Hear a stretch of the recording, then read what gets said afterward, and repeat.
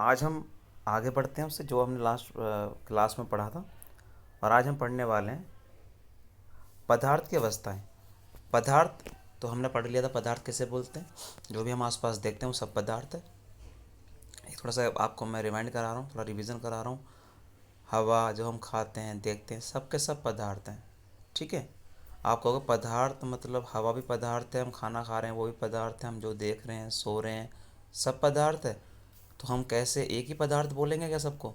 तो उसका आंसर ये नहीं बेटे, आप सबको एक पदार्थ नहीं बोलेंगे। पदार्थ की भी तीन अवस्थाएं होती हैं, मतलब इनको तीन कैटेगरी में डिवाइड किया गया है। ठीक है। तीन कैटेगरी कौन कौन सी है? एक है ठोस। ठीक है। ठोस एक बार देख लेते हैं। एक तो ठोस है आप देख रहे हो, फिर एक द्रव है और फिर गैस है। मतलब ठोस, ठोस, द्रव, गैस। ठीक है। थोड़ा पेन चलने में दिक्कत हो रही थी इसलिए थोड़ा सा टाइम लग गया। ठोस, द्रव और गैस। मतलब कोई आपसे अगर पूछे कि भाई पदार्थ की अवस्थाएं कितनी होती हैं, तो आप बोलोगे पदार्थ की बेसिकली तीन अवस्थाएं होती हैं। ठोस मतलब जो ठोस होता है, जिसके सर में मारोगे इसे चोट लगेगी, इस तरह का ठोस। या ताकत होती है मतलब जो आसानी से टूटे ना, आसानी से ना टूटे, टूट जाएगा पर आसानी से ना। ठोस तो आप देखते ही हो। उसके बाद द्रव। द्रव तो आपको पता ही है, दूध द्रव है, पानी द्रव है और बहुत सारी चीज़ें हैं द्रव की जो फॉर्म में है। और गैस। गैस तो आपको पता ही है, हम यूज़ करते हैं गैस खाना बनाने में, सांस लेते हैं वो भी गैस है। और आजकल तो एलपीजी लगा देते हैं सिलेंडरों में। और सीएनजी भी है, देखो आजकल तो आपको पता गाड़ियों में सीएनजी सिलेंडर लगे होते हैं, तो गैस है।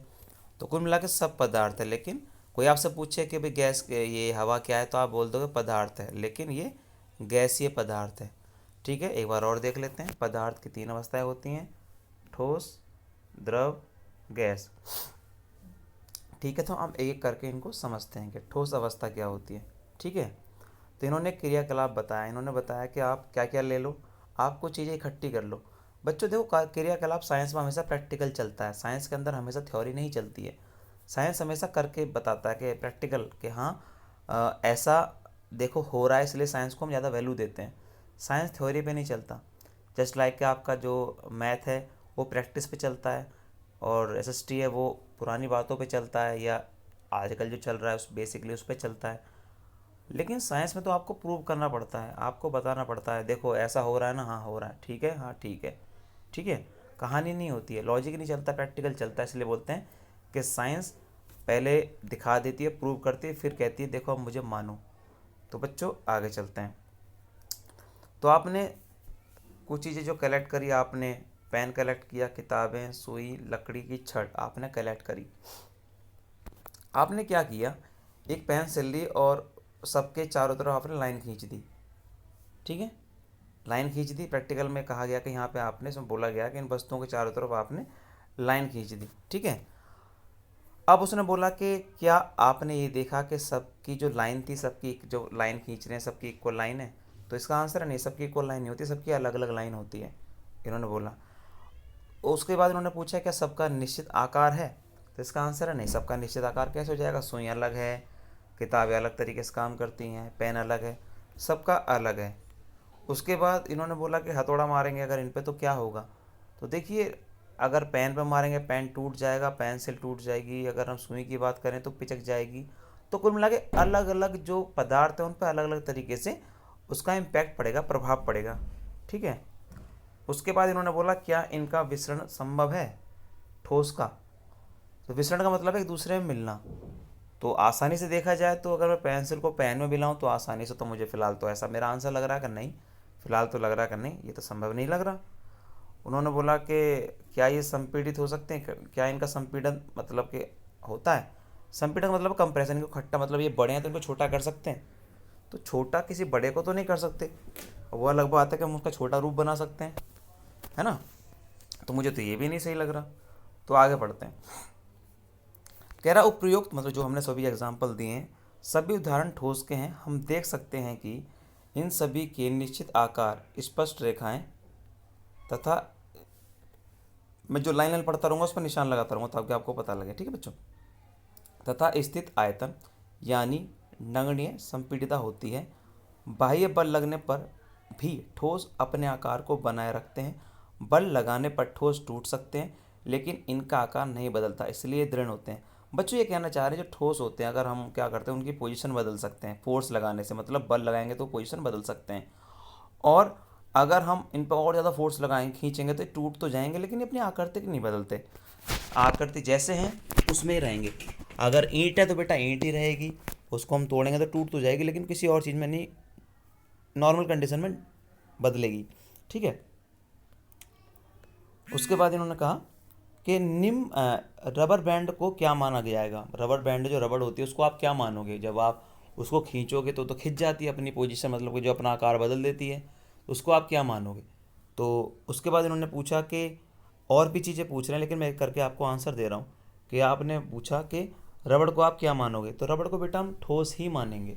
आपको कोई ठोस क्यों मानेंगे, जबकि वो तो अपना आकार बदल रही है, अभी आपने बोला आकार ना बदले। तो मेरे बच्चों ठोस रबड़ को इसलिए मानते हैं कि जब रबड़ को हम खींचते हैं तो हम उस पर एक फोर्स लगाते हैं, ताकत लगाते हैं, बल लगाते हैं। जैसे ही वो बल हट जाता है वो फिर अपनी वैसी पोजीशन में आ जाती है, तो इसलिए उसको हम बोलते हैं ठोस पदार्थ। ठीक है। अगला कह रहा है कि विभिन्न आकार के बर्तनों में रखने पर चीनी और नमक उन्हीं बर्तनों के आकार ले लेते हैं, क्या ये ठोस हैं। चीनी को हम कहीं भी डाल दें, बर्तनों में डाल दें, गिलास में डाल दें, तो वो अपने आकार ले लेते हैं, तो क्या ये ठोस है या ये द्रव है। भाई पोजीशन बदल दी तो हाँ ठोस है, बिल्कुल ठोस है, ये बिल्कुल ठोस है, मुझे तो लगता है ठोस है ये। भाई जब तक कि हम कुछ एक्सटर्नल कोई काम ना करवाएं तो ये अपना आकार कहाँ बदलते हैं, चीनी तो चीनी रहती है। गर्म करेंगे या उसको पानी में मिलाएंगे तभी तो कुछ बदलेगी। उसमें भी फिर क्वेश्चन अभी आपका आएगा, आपका दिमाग में आएगा, पर बदल तो रही है ना पोजीशन में। तो अभी हम कह रहे हैं कि नॉर्मल कंडीशंस में अपना आकार नहीं बदलते। तो अब आगे अभी पढ़ेंगे तो और चीज़ें क्लियर होंगी। तो फिलहाल हम मानते हैं चीनी को और अपने शक्कर को कि ये ठोस हैं, फिलहाल हम ठोस पे रहते हैं। ठीक है। उसके बाद स्पंज, स्पंज आप समझते हो ना, जो गद्दे वगैरह में होता है, पानी मिला लेते हैं, पानी बहुत सारा घुस जाता है, फिर उसको हम भींचते हैं, पानी निकल जाता है ना। इन्होंने बोला वो क्या है, तो स्पंज क्या आपके हिसाब से क्या होगा, क्योंकि हम उसको दबाते हैं तो अपना आकार बदल देता है, लेकिन जैसे छोड़ते हैं वो अपना आकार में आ जाता है। तो रबड़ की तरह ही मैं बोलूँगा ठोस है, क्योंकि जैसे ही फोर्स लगाते हैं तभी तो चिपकता है या मतलब खिंचता है, फिर जैसे ही हम उसको छोड़ते हैं तो अपने आकार में आ जाता है। अब आप बोलोगे सर ऐसा क्यों होता है, वो एक्चुअली स्पंज के अंदर उसमें हवा भरी होती है, थोड़े उसके जो पार्टिकल्स होते हैं, जो कण होते हैं, बहुत दूर दूर होते हैं, तो जैसे ही हम उसको भींचते हैं उसमें हवा निकल जाती है, फिर हवा भर जाती है। ठीक है। तो वो ठोस है मेरे हिसाब से। आगे चलते हैं अभी। अब इन्होंने बोला कि देखिए, आप इन्होंने कहा कि ये जो हमें यहाँ पे एग्जाम्पल दिए सबके चीनी वगैरह के, सभी ठोस हैं।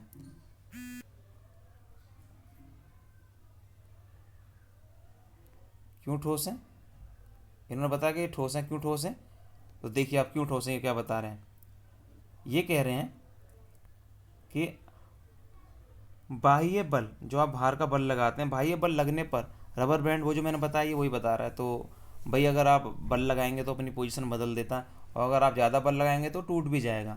ठीक है। तो उसने बताया भी है कि ठोस कौन से होते हैं, जब हम ज़्यादा बल लगाएं तो टूट भी जाते हैं, लेकिन अपनी पोजीशन नहीं बदलते। उसके बाद आती है चीनी की बात और शक्कर की बात। उन्होंने बोला चाहे हम शर्करा या नमक को अपने हाथ में लें या किसी प्लेट या जार में रखें, इनके क्रिस्टलों के आकार नहीं बदलते। मैंने बोला ना, जो क्रिस्टल होते हैं चीनी के, जो क्रिस्टल मतलब जो छोटे छोटे वो होते हैं उन्हें क्रिस्टल बोलते हैं, वो आकार नहीं बदलते हैं, वो तो वही रहते हैं। हाथ में वो रखो, डब्बे में रखो, नीचे रखो, कहीं भी रखो। और स्पंज का मैंने आपको बता ही दिया। आगे चलते हैं। तो हमने पढ़ लिया ठोस की, द्रव की, सॉरी उसकी पदार्थ की ठोस अवस्था। आगे हम पढ़ते हैं द्रव अवस्था। द्रव तो आपको पता ही है, मेनली पानी है, ये सब है, फिर भी पढ़ते हैं।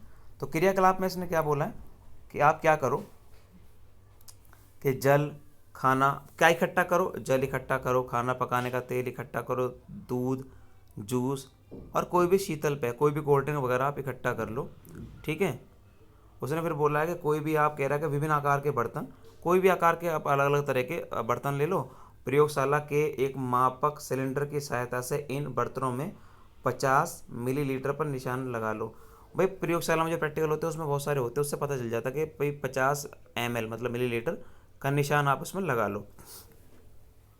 आगे क्या करना है, कह रहा है इन द्रवों को फर्श पर डाल देने पर क्या होगा। आप अगर इन द्रवों को फर्श पर डाल दोगे तो क्या होगा, पहली बात। दूसरा, किसी एक द्रव का 50 मिलीलीटर विभिन्न मापकर विभिन्न बर्तनों में क्रमशः एक एक करके डालें, क्या प्रत्येक बार आयतन समान रहता है, दूसरी बात। तीसरी बात कह रहा है कि क्या द्रव का आकार एक समान रहता है हमेशा। लास्ट में कह रहा है द्रव को एक बर्तन से दूसरे बर्तन पर उड़ेलने पर क्या आसानी से वो बहता है। ठीक है, अब एक करके इनका आंसर लेते हैं। ये कह रहा है कि ये वाला, ठीक है, ये वाला पहले हम देख लेते हैं थोड़ा सा। कह रहा है इन द्रवों को फर्श पर डालने पे क्या होगा। भाई फर्श पर हम डालेंगे तो ये फैल जाएंगे, ये तो कॉमन सी बात है। और आप देखते हो दूसरा वाले क्वेश्चन में कह रहा है कि अगर हम किसी का कोई वेट, अगर 1 किलो सपोज करो 1 लीटर है दूध, आपने 1 लीटर दूध कहीं डाला, 1 लीटर दूध कहीं मतलब फिर उसको उड़ेल दिया कहीं पर, तो आप जानते हो 1 लीटर तो 1 लीटर ही रहता है। ठीक है, तो वो तो बदलता नहीं है। ठीक है, आकार बदल जाता है। अगर आप उसको बड़े बर्तन में डालोगे तो बड़े बर्तन का आकार ले लेगा वो, ये तो आप जानते ही हो। पानी को भी छोटे बर्तन में डालोगे छोटे बर्तन का आकार ले लेगा, तो आकार तो बदलता है इधर। ये जो जो भी नाम लिया इन्होंने, तो द्रव तो आकार बदलेगा। ठीक है, उसके बाद उसका द्रव्यमान, द्रव्यमान मतलब बेसिकली जो वेट है, तो द्रव्यमान तो उसका समान होता है। अगर 1 लीटर तो 1 लीटर ही तो रहेगा, कहीं पे भी डाल दो उसको। तो इसके जो आंसर है, हमने इसके आंसर सारे के सारे इस तरीके से इसने बताए हैं जो मैंने बता दिए। ठीक है, उसके बाद आगे चलते हैं। ये कह रहा है कि अब बात बताओ, क्या द्रव द्रव में घुल जाता है, विसरण हो जाता है। द्रव द्रव में तो घुल जाता है, बिल्कुल सही बात है, बिल्कुल विसरण हो जाता है। उसके बाद कह रहा है कि क्या द्रव और सॉलिड, सॉलिड बोले तो ठोस, क्या इनका विसरण हो जाता है। विसरण बोले तो एक दूसरे में मिक्स हो जाते हैं, तो ठोस हो जाते हैं, बिल्कुल हो जाते हैं। चीनी ठोस है तो बिल्कुल पानी में मिल जाती है, शक्कर मिल जाती है, हाँ बिल्कुल। उसके बाद नेक्स्ट बोल रहा है क्या जो द्रव्य हैं क्या गैस में वो घुल जाते हैं, तो इसका आंसर है हाँ, गैस भी पानी में घुल जाती है, इसमें क्या है। ठीक है, अब थोड़ा देखते हैं इसको, मैं पढ़ देता हूँ तो आप समझ जाओ मैंने क्या पढ़ा है आपको। यहाँ से देखिए, यहाँ से मैं पढ़ता हूँ तो आपको समझ में आ जाएगा। ये कह रहा है कि ठोस और द्रव का विसरण द्रवों में संभव है। ठोस और द्रव का विसरण द्रवों में संभव है, मतलब जो द्रव है उसके अंदर वो घुलेगा। ठीक है, द्रव में आप ठोस डालेंगे तो घुल जाएगा। वातावरण की गैस विसरित होकर जल में घुल जाती है। यह गैसें विशेषतः ऑक्सीजन तथा कार्बन डाइऑक्साइड जलीय जंतुओं तथा पौधों के लिए अनिवार्य होती हैं। पानी में कौन सी गैसें होती हैं, ऑक्सीजन होती है, कार्बन डाइऑक्साइड उसने बोला है कि वो घुल जाती है आसानी से। ठीक है, ये घुल जाती है, कोई दिक्कत नहीं है। सभी जीवधारी अपने जीवन निर्वाह के लिए सांस लेते हैं। ठीक है, जलीय जंतु जल में घुली ऑक्सीजन के कारण सांस लेते हैं। इसमें का मतलब है जो जल के अंदर रहने वाले लोग होते हैं, लोग कह रहा हूँ जो भी जीव जंतु होते हैं, जैसे कि मछली है फॉर एग्जांपल, तो लोग कहते हैं मछली क्या लेती है, मछली पानी में, तो मछली को मतलब बेसिकली चाहिए ऑक्सीजन, तो मछली ऑक्सीजन कहाँ से लेती है, क्या हवा में आके लेती है ऊपर। तो उसका आंसर ये कि मछली जल से ऑक्सीजन लेती है, क्योंकि ऑक्सीजन, जल का फॉर्मूला क्या होता है, H2O, हाइड्रोजन और ऑक्सीजन। तो जो पानी में ऑक्सीजन होती है वो मछली वगैरह वो उसमें से पानी में से वो ऑक्सीजन लेती हैं, इसका मतलब ये हुआ। ठीक है, तो जल में जो घुली ऑक्सीजन को वो लेते हैं। तो अब आप देख लो ना, जल क्या है, द्रव्य, ऑक्सीजन क्या है, गैस। तो जल में गैस घुसी हुई है ना, घुल भी रही है, बिल्कुल बहुत अच्छी बात है। उसके बाद उसने बोला इस तरह से हम इस निष्कर्ष पर पहुंचते हैं कि द्रव में ठोस, द्रव और गैस तीनों का विसरण संभव है। मतलब जो द्रव होता है उसमें द्रव भी घुल जाता है, उसमें ठोस भी घुल जाता है, उसमें गैस भी घुल जाती है। तो मेन ये है। ऐसा क्यों होता है कि भाई द्रव में सब घुल जाते हैं और ठोस में नहीं घुलता। उसका आंसर भाई क्वेश्चन आ रहा होगा आपके दिमाग में, तो क्योंकि जो ठोस के जो कण है ना वो बहुत एक दूसरे से चिपके हुए होते हैं, अभी आगे देखेंगे आप। और जो द्रव के होते हैं वो थोड़ा एक दूसरे में अलग अलग होते हैं, जगह होती है, तो उस जगह को ही वो जो दूसरे हैं द्रव या ठोस या गैस, उसी में जो खुली जगह में घुस जाते हैं। ठीक है, ये समझ में आ गया होगा। फिर उसके बाद ना लास्ट है गैसीय अवस्था, मतलब जो गैस की अवस्था, मतलब गैस। तो उन्होंने एक एक एक प्रैक्टिकल दिया है, क्रियाकलाप दिया है, और इन्होंने ये भी बोला है कि गैस को, अब हमने कई बार देखा गैस को हम गुब्बारे में भर देते हैं या बहुत सारी चीज़ों में भर देते हैं, तो वो गैस कहाँ से आती है। तो इसके समझाने के लिए उन्होंने एक प्रैक्टिकल दिया है कि आप क्या करो कि इंजेक्शन जो मार्केट में आता है वो इंजेक्शन 3 इंजेक्शन लो, और जो उनके पीछे जो कंप्रेसर जिससे हम दबाते हैं, प्रेस करते हैं, जो पीछे से उसको आगे प्रेस करते हैं, वो निकाल दो तीनों का। एक में क्या डालो, कुछ एक में डालो आप पानी, एक में डालो चौक कुछ भी, और पर पहले उनके जो नीचे का मुंह बंद कर दो, पता लगे पानी डालोगे तो नीचे से निकल जाएगा। ठीक है, तो कुछ किसी तरीके से आप उसका मुंह बंद कर दो। फिर रिपीट करता है, एक में डालो पानी, एक में डालो चौक, एक में कुछ नहीं, और फिर दोबारा से उनका जो पीछे की जो वो प्रेशर डालने वाली होती है, जो पिस्टन बोलते हैं उसको, वो फिर लगा दो। हल्का सा पिस्टन में तेल लगा दो ताकि इजीली फ्रैक्शन हो जाए। अब उसको निकाल दो जो नीचे आपने कुछ उसको लगाया है उसकी चोंच पे, ताकि कुछ निकले ना, और फिर आप तीनों प्रेशर दे एक एक करके मारो। तो सबसे आसानी से प्रेशर कहाँ लगता है, आपका आंसर है जो खाली था। खाली को तो एकदम प्रेशर मार लेते हैं, पानी वाले में कम लगता है और चौक वाले में तो बहुत मुश्किल हो जाता है। इसका मतलब क्या है, इसने ये बोला कि इसका मतलब ये है कि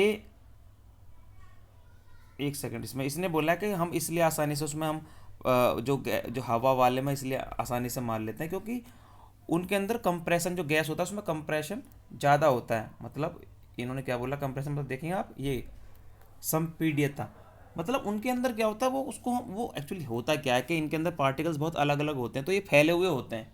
तो जब उनको हम दबाते हैं तो ये जल्दी दब जाते हैं, ईजिली दब जाते हैं। ठोस नहीं दबता और इतनी जल्दी जो द्रव है वो भी नहीं दबता, लेकिन गैस बहुत जल्दी दबती है। ठीक है, जैसे अब आगे जो लिखा है मैं बता रहा हूँ कि जो सिलेंडर है, सिलेंडर के अंदर H2 होता है, जिसमें मतलब H2 कह रहा हूँ, हमारे LPG जो होती है, जो हम भरते हैं खाना खाने के लिए, खाना जैसे हम बनाते हैं, तो उसके अंदर गैस को हम इकट्ठी कर लेते हैं। गैस के अंदर एक क्वालिटी होती है, हम उसको एकदम इकट्ठी कर लेते हैं। ये होती है खास बात कि हम उसको एकदम इकट्ठी कर लें, क्योंकि ये फैली हुई होती है। जैसे आपने देखा होगा कि हम खाना बनाते हैं किचन के अंदर, और खाना किसी कोने में होता है, हम किसी कोने में होते हैं और हमें उसकी स्मेल आ जाती है। वो क्यों होता है? क्योंकि जो उसकी जो कण है ना, जो पार्टिकल्स होते हैं गैस के, वो बहुत अलग अलग होते हैं और फ्री घूमते रहते हैं हवा में। तो इसलिए ये घूमते रहते हैं और छोटे छोटे होते हैं, तो ये एक दूसरे में ही पास करते रहते हैं चीज़ों को, तो इसलिए हमें ये स्मेल आ जाती है, या हमें गंध आ जाती है, या खुशबू आ जाती है। तो अब CNG है, जैसे कि CNG अगर मान के चलो आपने CNG सिलेंडर में 5 किलो CNG भरी भरी या LPG भरी, तो आप वो अगर उसको खोलोगे तो क्या लगता है आपको, जरा से एरिया में रहेगी। 5 किलो का वाट आप अगर रखोगे तो वो जरा सी जगह में जाएगा। ठीक है, वैसे बहुत से बच्चे एक्सरसाइज करते हैं, मैं उसकी लैंग्वेज बोलूँ कि अगर 1 लीटर दूध है तो 1 लीटर दूध 1 लीटर बर्तन में आ जाएगा, लेकिन 1 लीटर गैस एक बर्तन में नहीं आती अगर जब तक उसको कंप्रेस नहीं करते, वो फैल जाती है फिर दोबारा से। तो कंप्रेशर मशीन होती है जो कंप्रेशर बनाती है। छोटा सा एग्जांपल मैं आपको देता हूँ कि जो हम आप साइकिल चलाते हैं, हवा भरते हैं, है ना, साइकिल चलाते हैं हवा भरते हैं, या फिर जो बाइक वगैरह में हम हवा भरते हैं, तो पहले ज़माने में जो मैनुअली हाथ से भरते थे, अब तो खैर सब मशीन से भरते हैं। आप देखते हो जब कभी किसी ने भरी होगी, वो जो पैर में रख के उसको ऊपर नीचे करते हैं पंप को, तो उसमें हवा कहाँ से आती है? वो यही तो करता है, उस गैस को कंप्रेस करता है हवा को, फिर उस टायरों में डालता है। और अब मशीन आ गई, तो मशीनें क्या देखा होगा आपने, साइकिल वाले की दुकान पर चलती रहती हैं वो, तो वो क्या करती है, गैस को, हवा को पूरा कंप्रेस करती हैं, फिर कंप्रेस करके प्रेशर बनाती है, फिर वो हमारी बाइकों में या साइकिल में डालते हैं। तो मुझे समझ में आ गया कि आप लोग, मुझे पूरी उम्मीद है आपको समझ में आ गया होगा।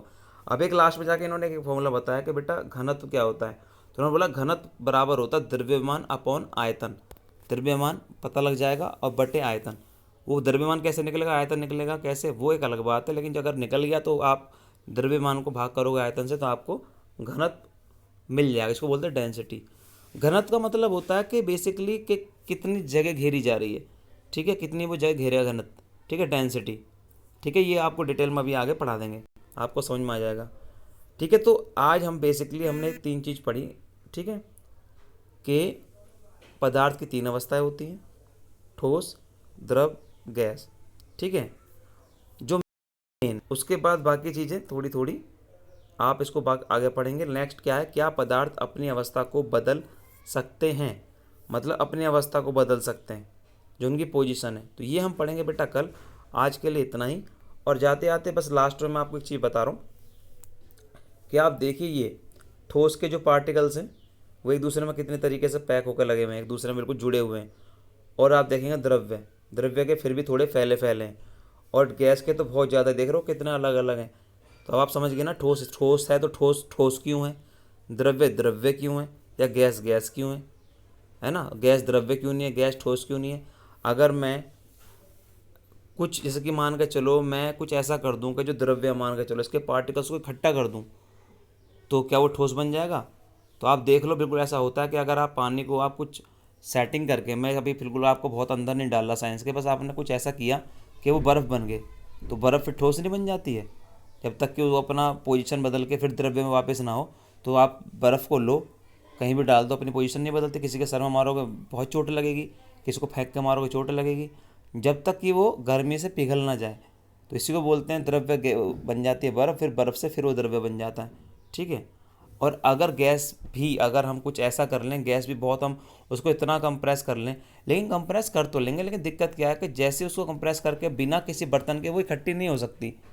तो हम कंप्रेस तो कर सकते हैं उसको बहुत अच्छे तरीके से, बहुत ज़्यादा को बहुत कम में, लेकिन उसको कंप्रेस के बाद रखें कैसे?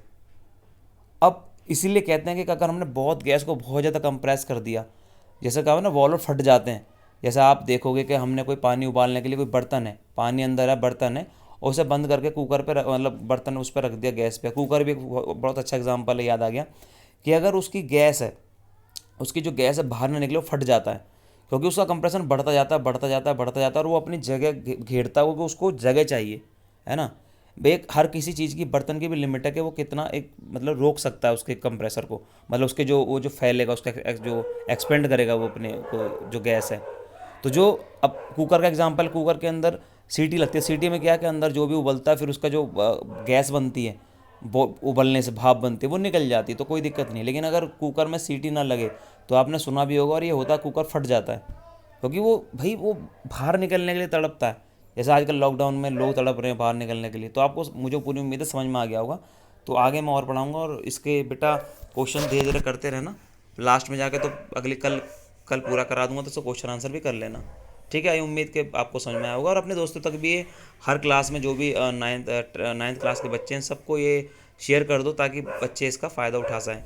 ठीक है, bye bye, take care and God bless.